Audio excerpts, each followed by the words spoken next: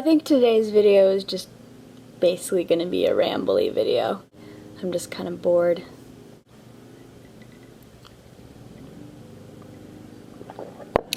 So, I've been doing some babysitting this summer, which is really nice. I've never actually done it that much before, except like once, like it was a once-off deal. I mean, I do have a little brother, but, you know, it doesn't really count. She's such a sweet little girl. Her name is Sarah, and I've just had so much fun with her. And her parents are both musicians working here for the summer. I've got to read to her a lot, which I always love. I always love reading to people and with people, and it's just sharing what I love with people who are excited about it. It gives me life.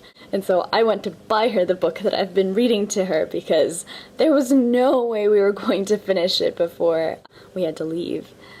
And I know she'll love it, and I found a copy on Amazon like for really cheap. But yeah, it's one of my really pretty childhood books called The Little White Horse. This is going to turn into a book video, I think. Yeah, I absolutely love it. I read it as a little kid, but I don't remember it at all. And then I found it in the attic in this giant box of old books. I think it was in high school. When I reread it, and I absolutely fell in love. It's just a really, really magical book. Like, it's just purely just let's indulge in all of the beautiful, fantastical descriptions. And who cares about, you know, realistic things? Let's just make this the happiest, prettiest, fluffiest thing ever. I enjoy a very wide range of books, all the way from things like Little White Horse. I don't know what else I'd put in that category. The Voyage of the Basset, I think.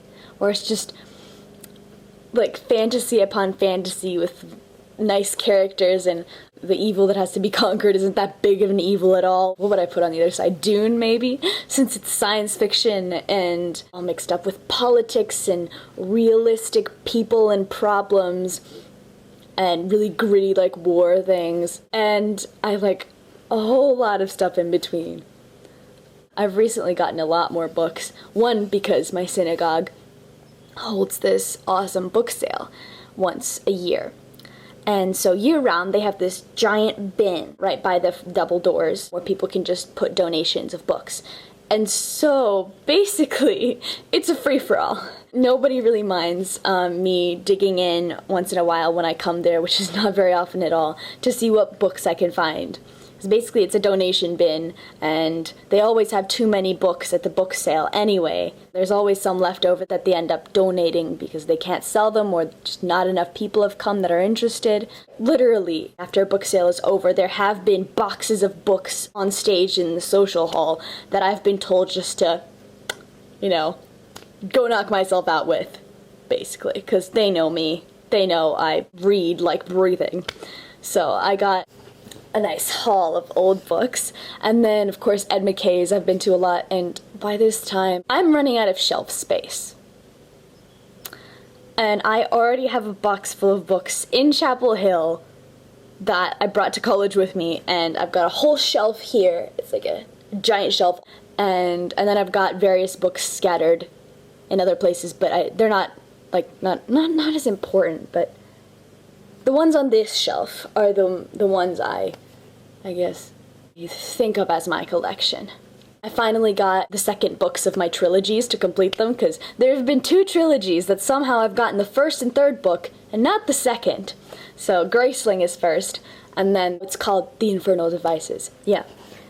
And then I got a bunch of old classics from the bin. So I got, like, Frankenstein, a bunch of Isaac Asimov, which I'm really looking forward to reading, because I haven't read any of his science fiction yet.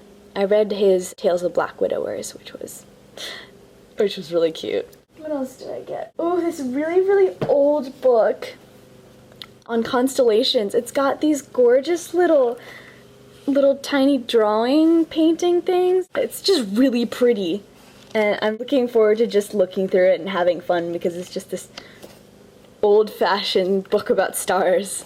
Oh, I finally got The Catcher in the Rye, because I've never read that. One Flew Over the Cuckoo's Nest, which I've heard of, but I don't know if I'll like it. The Girl with the Dragon Tattoo, which I started reading a few nights ago, and then I kind of forgot about because I leave it on my bedside desk thing.